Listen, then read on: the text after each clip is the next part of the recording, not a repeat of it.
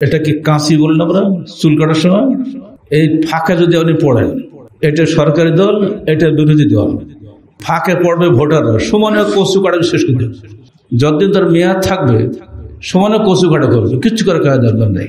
মুসলমান ধর্মীয় ক্ষেত্রে মযহাবী, তাসাউফের ক্ষেত্রে সুফিবাদী, আর রাজনীতির ক্ষেত্রে সেকুলার ইহুদিবাদী। ধনী মানুষ ক্ষমতায় যাওয়ার গরিবদের মাধ্যমে একটা ফাঁদ ছাড়া কিছু না। আহলে হাদিস আন্দোলন বাংলাদেশ, আসুন পবিত্র কুরআন ও সহিহ হাদিসের আলোকে জীবন গড়ি। গত পরশুদিন মাদারীপুর থেকে একজন ভালো আলেম এসেছিলেন আমার ওখানে। তো মাদারীপুরে আমাদের যাতায়াত তেমন নাই, যে একজন আলেমের নাম জানি, কিন্তু ওনাকে আমি চিনতাম না। তিনি অত্যন্ত মূল্যবান তিনটে কথা বলে গেলেন, আমি নোট করে আমার তফসিলে দিয়ে দিয়েছি। স্যার, এদেশে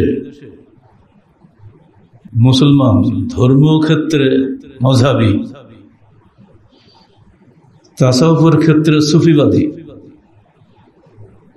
আর রাজনীতির ক্ষেত্রে সেকুলার ইহুদিবাদী। কথার জায়গা অক্ষরে অক্ষর সত্য। মানুষ ওরা একটাও ছাড়তে চায় না। একদিক দিয়ে আমরা আনন্দিত যে এইখানে আপনারা এই প্রচলিত ইলিশ মাছ আর পুঁটি মাছ এক দর করার রাজনীতি থেকে আপনারা মুক্ত, তাই না? এটাতে বাজার মসজিদ, এখানে নিঃসন্দেহে সব সবজি বা সব গোস্তের এক মূল্যে বিক্রি হয় না, কিন্তু ভোটের মূল্য, আপনার ভোটের যার দাম, একটা সাধারণ মানুষের ভোটেরও সেই দাম। এটাকে বলা হচ্ছে ইসলামী রাজনীতি, যে পুরো একটা ধোঁকাবাজি চলছে দেশে। এই ধোঁকায় পড়বেন না।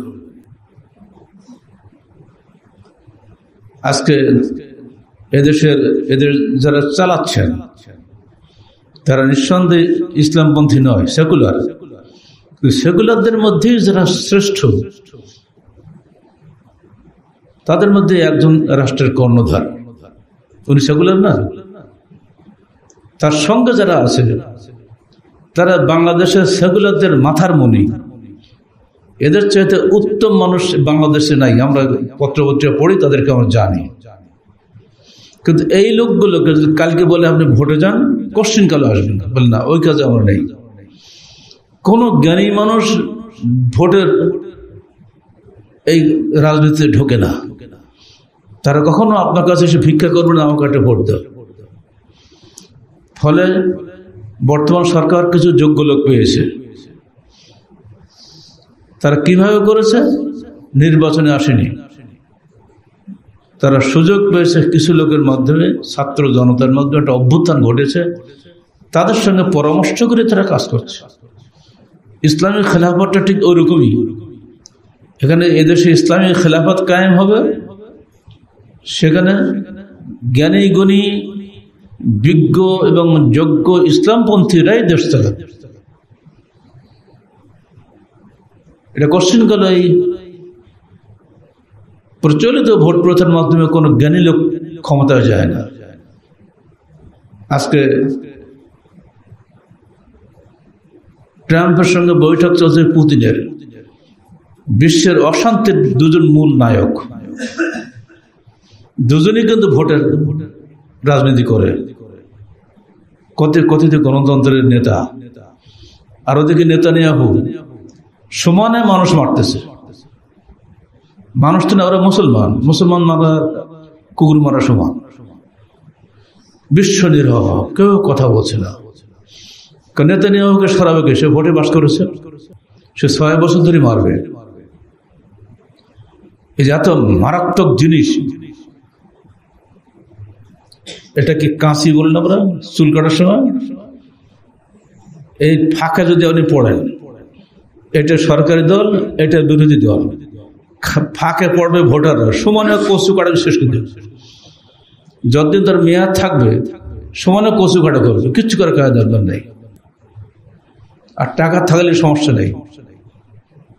বড় লোকেরা টাকা দিয়ে ভোট কেনে, 10 টাকা দিলে গরিবের ভোট শেষ হয়ে যায়। ওবামা হলো আমেরিকার নোবেল প্রাইজ বিজেতা প্রেসিডেন্ট, তার ভোটের আসছিল হিসাব আসছিল পত্রিকায় পার হেড $10 কেউ দিয়েছে। ট্রাম্প ঠিক বিশাল ব্যবসায়ী, ধনী মানুষ ক্ষমতায় যাওয়ার গরিবদের মাধ্যমে একটা ফাঁদ ছাড়া কিছু না। এই ফাঁদের মধ্যে যে পড়বে সে নিজে শেষ হবে, অন্যকে শেষ করবে। এখান থেকে বাঁচার একটাই পথ, আল্লাহর বিধান কায়েম করার জন্য একদল যোগ্য এবং বিজ্ঞ মানুষকে যদি আল্লাহ কখনো ক্ষমতাসীন করেন, তারা এই পরামর্শের মাধ্যমে দেশ চালাবে। বোঝা গেল বর্তমানে যারা এদেশে ইসলামপন্থী নেতাগুলো আছে একটাও যোগ্য না। তার প্রমাণ কি? সেদিন দেখলেন না কি একটা হলো ঢাকায়, জুলাই সনদ ঘোষণা হলো, টুপিওয়ালা ভর্তি স্টেজে, নেটে দেখলাম। আরে বাপরে বাপ, টুপিওয়ালারা উঠে দাঁড়াই গেল, আমার সোনার বাংলা তোমায় ভালোবাসি। পুরোটা শিরকি গান, রবীন্দ্রনাথ ঠাকুরের লেখা। সে কখনোই বাংলাদেশ স্বাধীনতা চায়নি, সেই গান চলছে আজকে বাংলাদেশ স্বাধীনতা শুরু হয়ে আজ পর্যন্ত চলছে। ভাবলাম মধ্যে হুজুররা উঠবে না, ওরে বাপরে হুজুর আগে দাঁড়িয়ে গেছে। চরমনা টি-শার্টটা ভার্সনের মধ্যে একটা বেশি গোড়া হবে, ওরে বাপরে বাপ, সবই সমান। টুপি আর টুপিহীন সব একাকার হয়ে গেছে। তাহলে এই ইসলামপন্থীরা আদর্শের দিক দিয়ে অত্যন্ত দুর্বল এবং দেউলিয়া। আর এজন্য আপনারা আমাদের দিকে খেয়াল করে দেখবেন, আমরা এই সমস্ত দলে মিশি না। সবাইকে উপদেশ দেই যে ভাই আপনারা কোরআন হাদিস মোতাবেক দেশ চালান।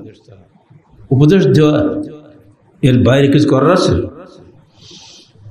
আল্লাহ কাছে বলতে পারবো যে আমরা অন্তত বলেছিলাম, আমরা পত্রিকায় লিখি, জুমার খুতবায় বলি, সপ্তাহে একদিন, এরপরেও সামনে আসলে তখন কথা বলি। যেমন আমার বাসায় এসেছিলেন গত 3রা জুলাই, 27 জন নেতা আসছিল, তাদেরকে উপদেশ দিয়েছি। এটাও আপনারা নেটে শুনেছেন। আমাদের দায়িত্ব উপদেশ দেওয়া। তুই উপদেশ দাও, কারণ উপদেশ মুমিনের উপকার করে। যদি তারা ইমানদার হয়, নিঃসন্দেহে তাদের অন্তরে ধাক্কা লাগবে। আজও কালও তারা যেখানে যাবে, যে ক্ষমতায় যাক না কেন, যে চেয়ারে তারা বসুক না কেন, সে যদি মুসলমান হয় অবশ্যই আল্লাহকে সে ভয় করবে এবং আল্লাহর বিধান কায়েম করতে সে বাধ্য হবে, কারণ আল্লাহর কাছে তাকে হিসাব দিতে হবে।